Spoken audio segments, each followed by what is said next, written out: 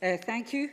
The next item of business is a members' business debate on motion 248 in the name of Stuart Stevenson on a sea of opportunity. This debate will be concluded without any questions being put, and I would ask those members who wish to speak in this debate to press the request to speak buttons now. I call on Stuart Stevenson to open the debate. Mr Stevenson, 7 minutes, please. Thank you, Presiding Officer, and I'm very pleased to be able to bring the Scottish Fishermen's Federation A Sea of Opportunity campaign here to Parliament. And I would like to recognise Bertie Armstrong, the Chief Executive of the SFF and the Public Gallery, and Mike Park of the Scottish White Fish Producers Association. Since the outset, the EU Common Fisheries Policy, which has been opposed by our fishermen and my political colleagues in the SNP and by others in other political parties. Indeed, my first speech here in Parliament in 2001 was on the subject of the CFP. In theory, the CFP is a policy that protects the long-term interests of those who fish, those who eat fish, local economies dependent on fish, and the environment upon which our fish depend. In practice, however, its effects have been very different. Firstly, when the UK signed up for the CFP, it signed away rights to fish in our own waters. Today, the majority of fish caught there are by fishing vessels from other jurisdictions, and the majority of our fish are landed elsewhere. Secondly, although those who eat fish can generally buy the fish they want, the majority of it is imported. Now, that's a very strange situation when our waters are the most productive in Europe. Thirdly, the economic benefit to our communities has been much less than it should have been. In England, major fishing ports are all but gone, and the fishing rights that remain are largely in foreign hands.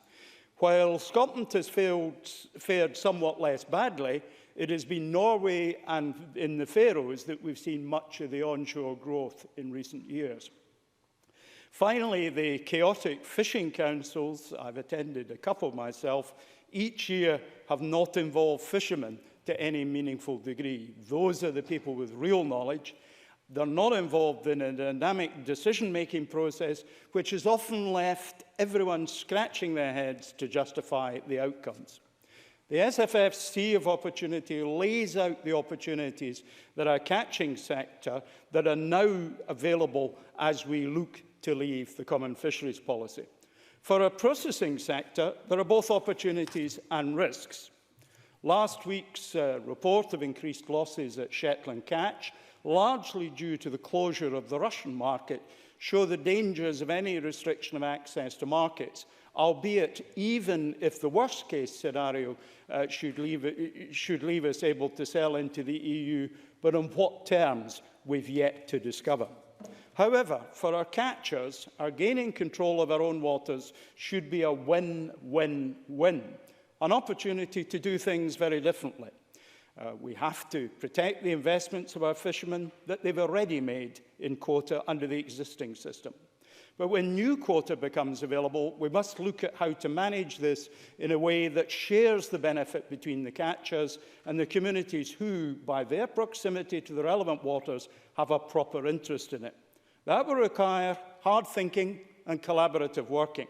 I don't have the answers. We've all yet to find what might work. On the day we leave the CFP, we need a new management regime in place. It may be reasonable to make changes over time, as disruption at one point is in no one's interest. We need to have agreements in place with other states. But this time, we need to make sure that we make the decisions and keep control on how fishing is undertaken in our waters. A key part of that is to ensure that the management regime protects stocks for future generations of fishermen and for fishing-dependent communities. I'm frequently told of the difficulties sons of fishermen have in becoming established in the business. With increased control, with the opportunity to control access to quota differently and differentially, without which no new skipper can reasonably fish. Fishermen are independent individuals, often refusing to share their catching data even with members of their own family. They compete with each other as well as with the elements, with management regimes, the hunted fish, and until now, the CFP. So it is a very substantial achievement on the Scottish Fishermen Federation part to have reached an agreed position that reflects the opportunities and risks presented by our leaving the CFP. They're working with our government and with the UK government in a more effective way than for many years, and ensuring we as parliamentarians are informed. But delivery of the prospective control of our waters in a way that suits our interests is not a given. In the 1970s, our rights were traded away to achieve the wider agreement to enter the then EEC. We knew nothing of that deal until it was done. That was too late. That danger exists this time as well, not because of malice on the part of the UK government, but because of expediency, the need to reach a deal, the comparatively small economic contribution of fishing compared to, say, Nissan in Sunderland, which seems positioned for special treatment. And the UK faces a significant resource bottleneck that means allocating civil service expertise to getting the best outcome for fishing may not be top of their priorities. My motion asks that political parties consider, I'm not seeking a commitment to support yet, whether the UK's and Scotland's in particular in fishing interests may not be best served by a Scottish minister leading for the UK in the forthcoming negotiations. Today's speech by the UK Prime Minister delineated potential difficulties for Spanish fishermen through loss of market access to the UK, while saying nothing whatsoever about the position of Scottish and English fishermen. That illustrates a worrying disengagement from the real-life issues that affect our fishing industry. An astonishing insight into how little our industry is on her radar. We need to avoid our prospective rights being traded away as they were 40 years ago. Hence, having our minister at the table is our insurance. It's not a free ticket because they'll have to negotiate for the whole agreed UK position, not solely for Scottish interests. I once again congratulate the SFF. I wish them well. Trust that we here can all support their efforts. Locally in Bamshire and Buchan Coast, the heart of our fishing industry with Shetland, I recognise that all candidates who stood in this year's election voted Remain in the referendum in June, but now expect, as fishermen do, that all of us will be working for the best possible result from our leaving the CFP. Fishing has been central to the history of many Scottish communities. Fishing has to be central to those communities' future as well. Presiding Officer. Thank you very much. And I'll call Peter Chapman, to be followed by Marie Todd. Mr. Chapman, please. Thank you, Presiding Officer. Stuart Stevenson's motion is an important one, particularly to our shared patch along the Buchan Coast. And he has rightly spoken of the incredible contribution that fishing towns such as Fraserburgh and Peterhead make to our rural economy. There is much in his motion that I agree with, and his speech is a real testament to the impact and importance of the fishing industry in the North East.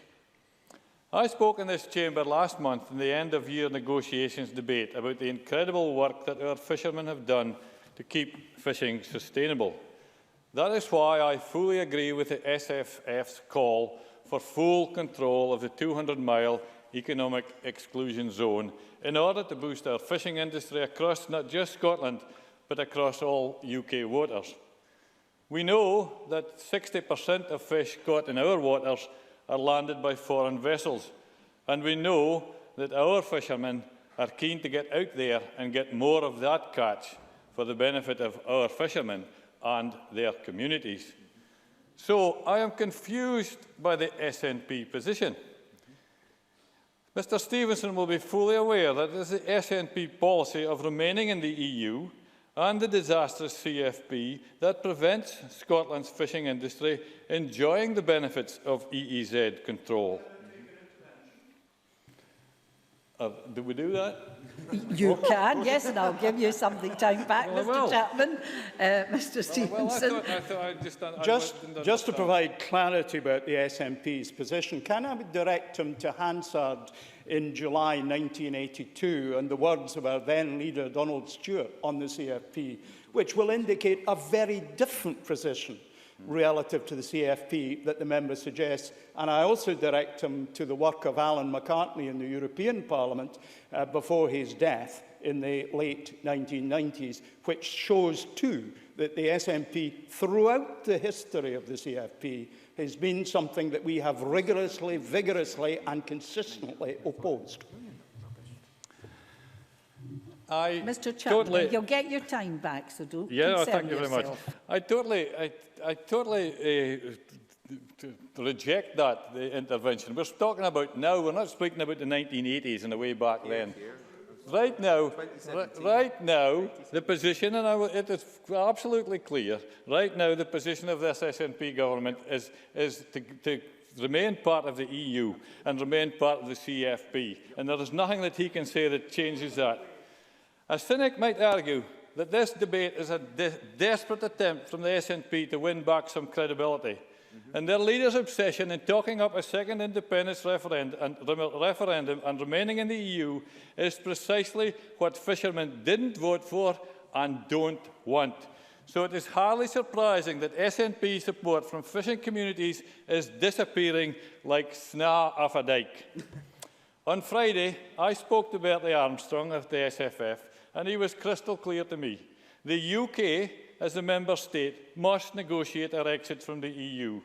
So it is obvious to me that Stuart Stevenson does not understand the SFF's position in the last part of his motion.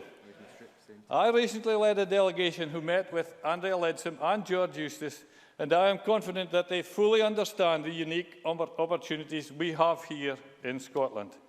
George Eustace, as our UK Fishing and Farming Minister, has a wealth of experience to draw on for contributing to the whole country's negotiating stance. And I can assure my constituents and fishing communities across Scotland that both ministers stressed fishing would be protected and that they recognised the huge prize that could be won. As Theresa May set out today, now is the time for the whole country to unite behind getting the best deal possible from Brexit and making it work for everyone. To that end, I would encourage Scottish Government ministers, as I have in the past, to fully engage with UK counterparts, to stop trying to increase division and hostility between Westminster and Holyrood, and to engage positively for once. The Prime Minister has made her position plain by explaining that all the devolved nations will be able to provide input for the Brexit process. It is vital for our fishing industry that this SNP government engages with that process to make a success of Brexit. And on a final note, in the SNP's Scotland's Place in Europe, published less than a month ago, it specifically says, and I quote, "As a government, we remain committed to EU membership as an independent nation and are proud to say so." I would be shocked if many of our fishermen would agree with that sentiment. Thank you. Thank you very much, Mr. Chapman. I call Marie Todd to be followed by Ross Thompson. Ms Todd, please. Thank you, Presiding Officer. I'd like to thank Stuart Stevenson for bringing this important issue to Parliament today. I also want to thank the Scottish Fishermen's Federation for their promotion of the Sea of Opportunity campaign. I think they're right to say that though Scotland and its fishing industry face an uncertain future, we should be seeking out opportunities when they arise, and that will include the opportunity to seek out better arrangements for the Scottish fishing industry. There's clear potential for an improved arrangement for our fishing industry and our fishing communities. Regardless of what else the future may hold politically, we will be negotiating our relationship with the EU in some shape or form.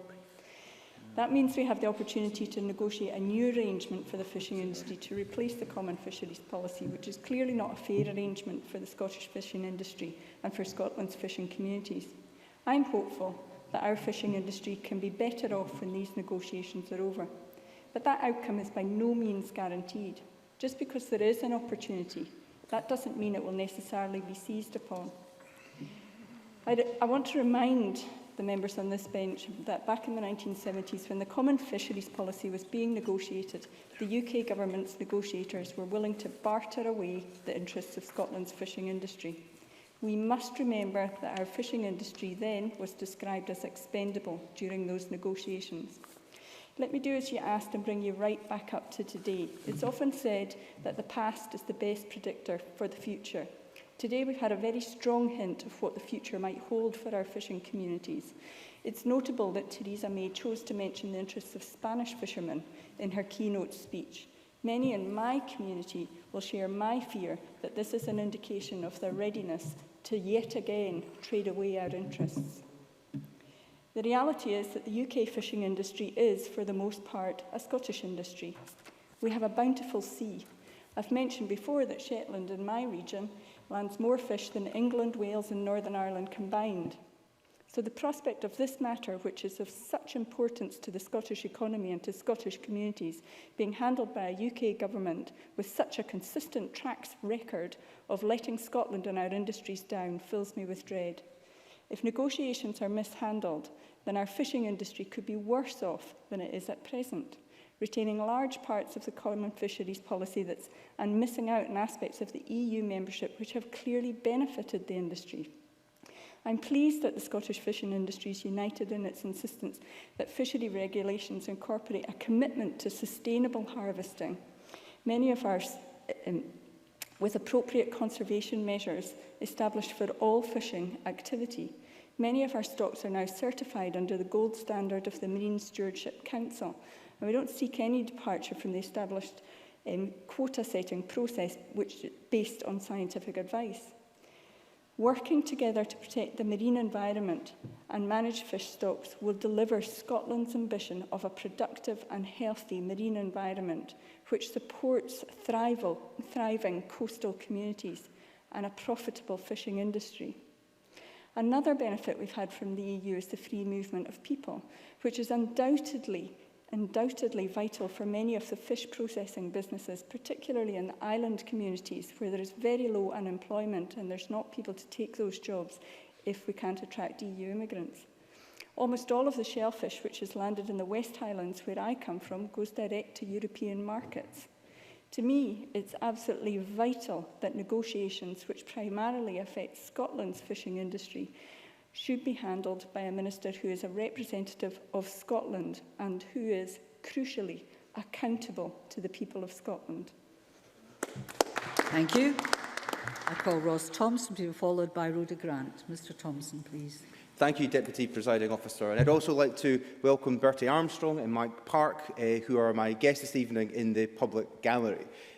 I am pleased that in bringing this motion forward that Stuart Stevenson has finally acknowledged that Brexit allows us to regain control over fishing in the offshore economic zone and presents an unparalleled opportunity to reinvigorate coastal communities in the North East and across the UK. It is a refreshing change of pace from the negativity and short-sightedness that we have come to expect from SNP members in this chamber on this issue. Deputy Presiding Officer, the decline in the fishing industry has been steady but clear since the EU's common fishery policy and its quotas came into existence. Landings of fish in the UK have more than halved since the 1970s, from 948,000 tonnes to 451,000 in 2014. The CFP has been destructive to the fishing industry, particularly in the North East, and gravely unfair to hard-working fishermen. Therefore, it will be of no surprise to members that I am fully supportive of the Scottish Fishermen's Federation's Sea of Opportunity campaign to assert control over our 200-mile exclusive economic zone under the UN Convention on the Law of the Sea and to establish a fairer and more appropriate share of catching opportunities for fishermen in the UK. I would like to make some progress, please. Indeed, the House of Commons Committee on Exiting the EU heard evidence that the UK fishing industry may double its catch when we take back control of our waters. Brexit can herald the renaissance of our fishing industry for generations to come. The SNP government, however, seem to be entirely out of step with the fishing industry. They continue to wax lyrical on the necessity of the single market to the industry. And yet, Bertie Armstrong himself has said, and I quote, "We don't need a single market," especially since Brexit presents great opportunities in terms of gaining access to new markets such as India. One therefore has to question whether the SNP know what is better for the industry than the fishermen themselves. Mr Allen. I thank the member for giving way. He mentions the views of fishermen. I don't claim to speak for all fishermen, but a number of fishermen in my constituency, as he aware, have come to me to say that while they took a very different view from me on Brexit, they are appalled by the prospect of not being in the single market. And how does he react to that? And has he spoken to any fishermen about that? Mr Thompson. I think I just quoted the Chief Executive of the Fishermen's Federation that said that we do not need the single market and that there are opportunities for all fishermen to explore the new and growing markets in other parts of the world to sell their fantastic produce to, and that's what this Parliament should be endorsing. In addressing the last part of Mr Stevenson's motion, it's simply wrong to raise, I believe, this question is, I believe, the wrong time. Article 50 is not even invoked yet. To start deciding which ministers should be representing us is almost like arguing over what bedroom you want to have in the house before you've even gone and bought it. The interests of Scottish fishermen should always be regarded as a priority, but that is not the equivalent to having a Scottish Government minister lead the negotiations, given the heft of the exclusive economic zones actually involve other parts of the UK. The SNP should stop trying to score political points to the detriment of this most crucial Scottish industry. Deputy Presiding Officer, Mr Stevenson in his speech failed to acknowledge regional candidates, and the fishing industry unequivocally voted for Brexit. And furthermore, research from the University of East Anglia shows that around 54% of Mr Stevenson's own constituency of Banff and Buchan also voted for Brexit. So perhaps now is the perfect time for Stuart Stevenson to unshackle himself from the divisive and hostile SNP rhetoric and to start standing up for the people who elected him in his constituency in this Parliament. Thank you, Deputy Presiding Officer. Thank you. And Mr Stevenson, I know it's difficult. Could you contain yourself a wee bit? I call Rhoda Grant to be followed by Tavish Scott. Ms Grant, please. Thank you, Presiding Officer, and can I congratulate Stuart Stevenson on securing this debate that pays tribute to the work of the Scottish Fishermen's Federation on behalf of their members promoting sustainable fisheries in Scotland. While I didn't agree with the Scottish Fishermen's Federation with regard to leaving the EU, and indeed those of us who didn't want Brexit still harbour regret and a real and abiding worry as to where that leaves us, what we do agree on is that we must all secure the best deal for the UK and thereby Scotland that we possibly can. While we disagree on the notion that a Scottish Government minister should lead negotiations on behalf of the UK, we agree that Scottish ministers must be involved. If you believe in democracy, you can't believe that Scottish ministers should lead negotiations on behalf of the whole of the UK. If they did, it would create a democratic deficit for other fishers in England, Northern Ireland and Wales. How can their interests be represented by someone who was not elected by them and therefore is not democratically answerable to them? Can I make some progress? We wouldn't stand for that. So why should we expect other fishers in the other parts of the UK to do that? Everyone needs to have their voice heard. And the UK government, being elected, whether we like it or not, by the whole of the UK, have a direct democratic link to the whole of the UK. It is therefore incumbent on them to represent the interests of the whole of the UK as the nation state. To get the best outcome from these negotiations, we must also involve devolved governments. And the Fishermen's Federation did say, we intend to secure the best deal possible for Scottish fishers, irrespective of constitutional developments, and believe that the two governments working together would produce the best possible outcome for fishers on both sides of the border. And I absolutely agree that our governments should be working together on this. Mr Stevenson. So when Jack McConnell represented the UK at European Council on behalf of all the countries and governments of the UK, was that an illegitimate thing to do? Or for that matter, when many of the current ministerial team have done similarly? There is nothing novel about this whatsoever. Ms Grant. I think what I'm saying is in no way disagrees with that. I believe Scottish ministers should be involved. What I don't believe is that they should be democratically representing other parts of the UK. It is for the UK to lead and for the Scottish Government ministers to be there supporting that and indeed making an input where that is relevant. But it has to be led by UK ministers because that is the democratic constitution of our country and we must abide by it. I see the SNP government using the threat of independence as part of their referendum Brexit negotiating position, and I really dislike that. It's a bit like a spoilt child saying, I'll take my ball away if you don't play by my rules. This is not a job for spoilt children, but for mature adults working together for the good of all our nation. I welcome that another referendum has been ruled out this year, but we need to remove that threat for a generation. It's really important that that happens. There are, of course, opportunities for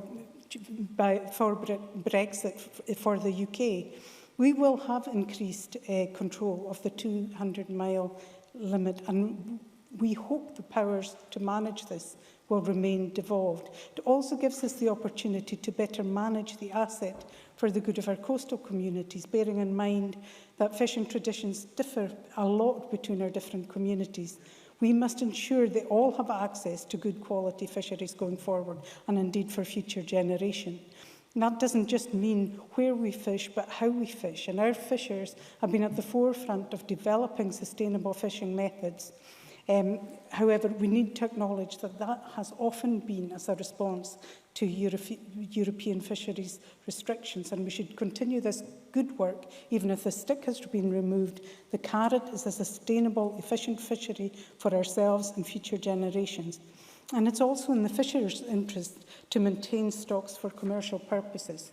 What the Scottish Fishermen's Federation and indeed Scots want is both their governments working together to maximise the benefits and diminish the challenges of Brexit. It is incumbent on all of us to work together to achieve that. Thank you very much. I call Tavish Scott, followed by Finlay Carson, the last speaker in the open debate. Mr Scott. Thank you very much, Deputy Presiding Officer. Can I welcome to the Stuart Stevenson Bertie Armstrong axis, recreated for the purposes of this afternoon's debate. Look, if anyone was in any doubt about the feeling of this industry, about what's happened in the past, they should have been in Scalloway on Friday, because it was the day of the Scalloway Fire Festival, and this year's Geyser Jarl in Scalloway, Hakan Magnusson, is actually Victor Lownson in his day job as skipper of the Radiant Star. And it's not so much Victor who gave me what for on the ills of the Common Fisheries Policy, but his father Bert, who fished for many, many years out of Hamnavoe in Shetland, and has a legion of stories to say about the iniquities of a policy that hasn't worked. And that's why, as colleagues across the chamber have reflected, the fishing industry pretty well to a man voted to leave the European Union. A lot of Scots voted to leave the European Union, but the fishing industry did. We can trade figures around and we could band different areas of around, but I have no doubt in Shetland too that most of the industry wanted out of a policy that has not worked. As to paraphrase Ronald Reagan, the Common Fisheries Policy, three most dangerous words in the English language. It's not common, it's never been about fish, and it's certainly never been a policy either. So I hope that there is a sense of realism about the future, not just within our industries, but also about the politics of what's about to happen. Because the Prime Minister today cited French farmers, German exporters and Spanish fishermen. So by definition, gentlemen, ladies, the reality is that this industry is now a bargaining chip in what will happen over the next number of years. Now, the Tories, I have to say, have form in this.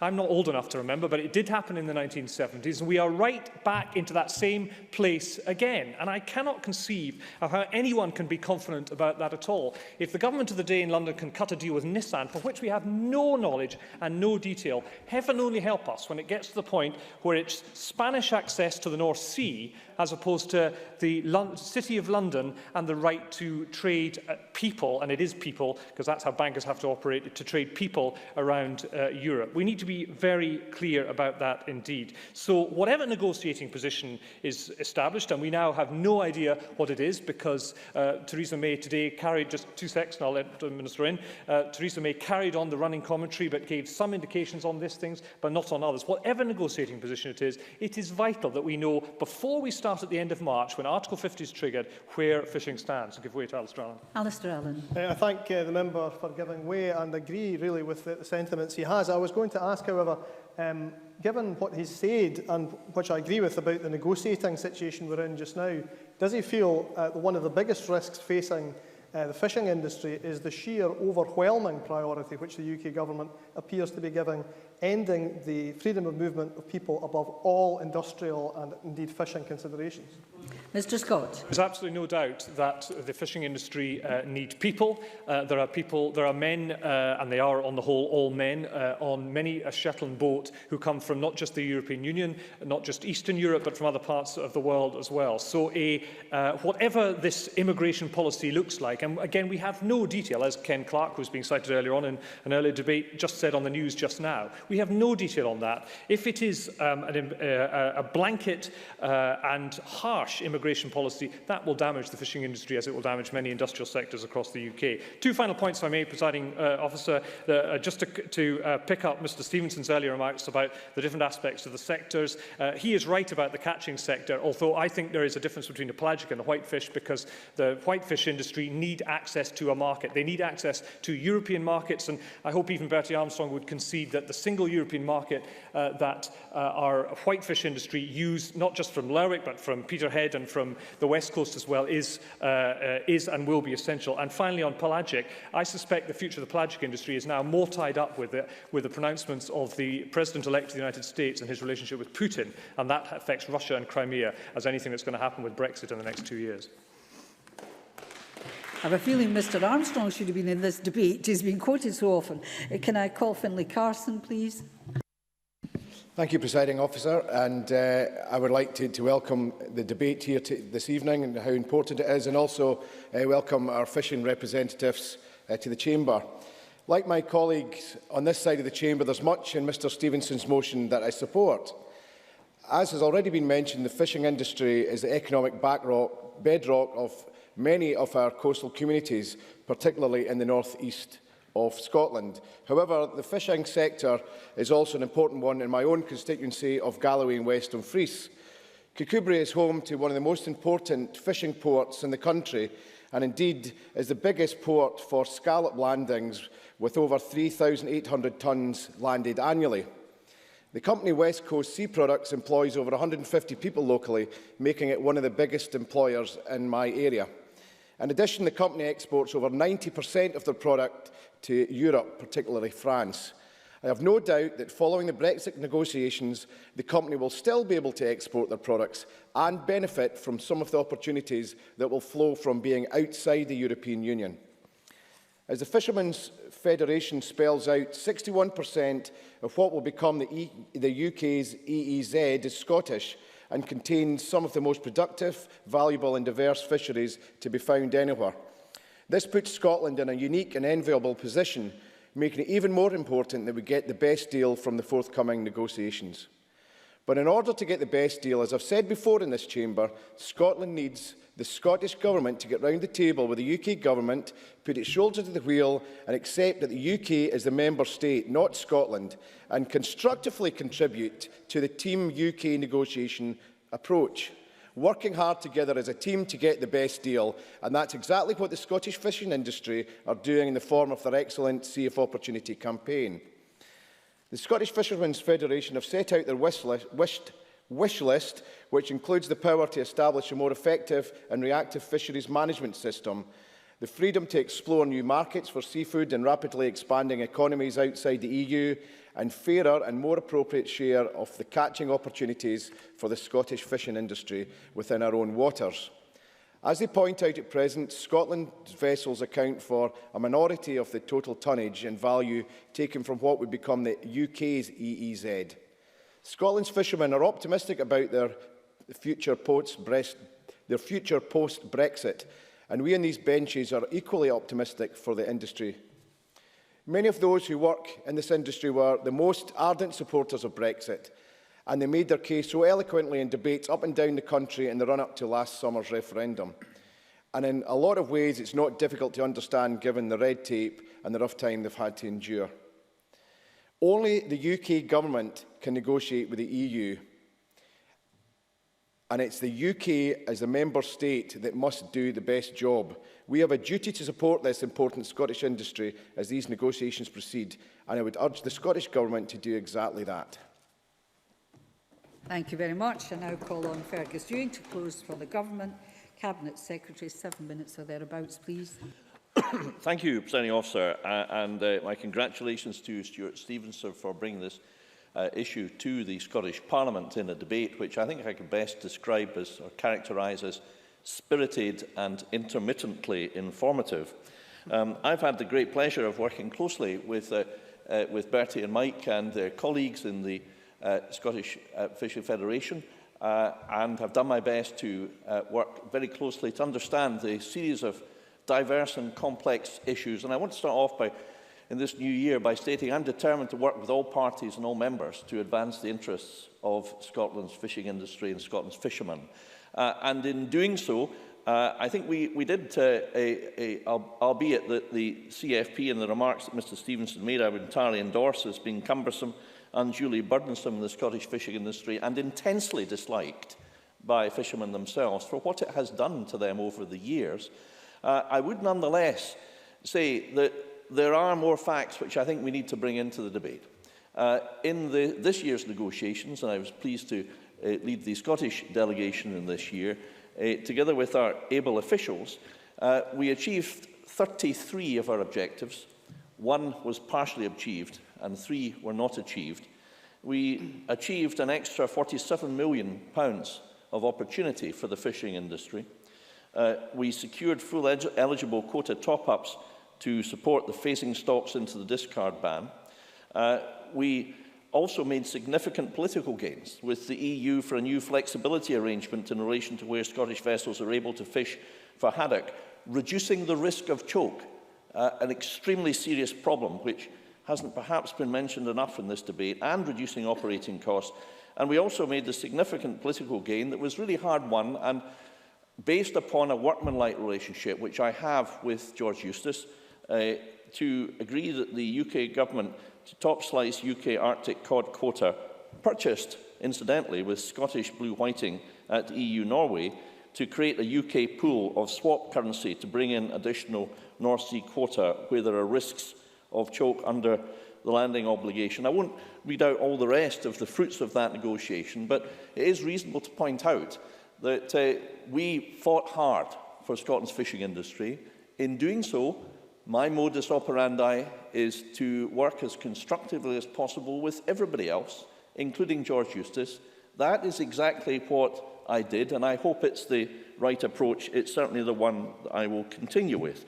But we do share the view of the SFF that the CFP has had its day, and that's why in the paper that we debated earlier this afternoon, Presiding Officer, Scotland's place in Europe, and it is really the only detailed plan that has been put forward. I know it's been criticised, and that's to be expected, but it is a detailed plan, so credit, I think, was given by some Conservative speakers to Mike Russell for bringing it forward. And it does, of course, postulate that we will come out of the CFP in the proposal, the differentiated Brexit proposal that we put forward. And I can tell you, I played a part in getting that into the deal. Be absolutely sure about that. We want to get out of the CFP. We think that's the best option for Scotland, precisely because we can then ensure that key decisions affecting Scotland's marine assets are made here, not elsewhere, and I hope that all the Chamber will agree with that, that we can put in place more proportionate fisheries management measures based on science, but not arbitrarily imposing a landing obligation which might well result in vessels having to be tied up in January, February or March, unable to fish for the rest of the year, a situation that I've compared with the proposal, were it to come forward, that Marks and Spencer's would have to close its doors to retail customers in the spring. Plainly absurd. So I think there's a lot of common ground between the SFF and the Scottish Government, and I'm determined to pursue that. At the same time, however, let's just look at some of the facts. Scotland in 2015 exported £438 million of fish and seafood to the European community. Without access to the single market, there are very serious questions to be asked about that, and we must bear in mind, as Maureen Watt exhorted me to do, that along with other members, she represents fish processors. who have a distinct, legitimate set of interests and commercial concerns, and we must look at these in detail. And we must do that in conjunction with our colleagues in Westminster. I will certainly ensure that that process is engaged in. Also, we have contributed £77 million of European funding to over 1,200 projects, and indeed I was pleased to launch or relaunch the injection of a substantial sum into improving the facilities at Peterhead Harbour, which I visited early one morning to see the fish market in operation, Presiding Officer. So I think, and this is agreed by the SFF, that we need to work out in a differentiated Brexit a policy that provides at least the same level of support, vital support, to upgrade our ports and harbours, to upgrade the ice facilities, the access to reasonable cost electricity, to deal with the modernisation and innovation such as the electronic eye auction system that is being looked at Fraserburgh, for example. We need to... yes, I'll certainly give way. We need to do all these things, Presiding Officer, and there needs to be a method, a funding method, that enables that to happen. Tavi Scott. I'm very grateful to the You're nearly Cabinet. dancing, Mr Scott. I'm very grateful to the Cabinet Secretary for taking this. And in that spirit, would he, when he's next in Lerwick, be prepared to make a very positive decision about future funding for the new Lerwick fish market, very much in the principle of the modernisation that needs to happen? Cabinet Secretary. Well, I certainly will do that. I hope to get to Shetland. I can blame the British government for that because I had to go and meet them in Wales, so I couldn't go to Shetland. That was cancelled. That's why I wasn't able to do that. But to be serious, I absolutely believe that there is a legitimate point that needs to be answered. What will replace the good things that have come from Europe? And, moreover, what will happen to the workers in the processing factories who come from the EU? And will they be secure? Will they be welcome? I mean, these are very basic questions. They obviously need to be answered. Regarding the role of access, Marie Todd was quite right about what happened in the 70s. I was a bit surprised that Tavi Scott was so youthful that he couldn't remember the debate in the 70s, but I stand corrected. But it is essential that the exclusive zone is not traded away. And I think the worrying thing about what the Prime Minister said in a throwaway comment about Spanish fishermen today is that it does suggest that she is already contemplating that there may be such negotiations. And I will, when I meet the UK ministers on Thursday of next week, including Mr Eustace and Ms Leadsom, emphasise that would they please now provide us with that which they have hitherto refused to provide clearly, an absolute undertaking that they will in no circumstances trade away the right to fish in Scotland's waters as part of a Brexit negotiation. I think it's reasonable to expect that that assurance is given. It hasn't been given as yet. I've asked for it 3 times face to face. I will continue to ask for it, and I'm grateful to have the opportunity to debate all of these matters with members this evening in order to highlight that and also the enormous importance and value of what Scotland's fishermen and fishing industry do for our country. Thank you very much. That concludes the debate, and I now close this meeting.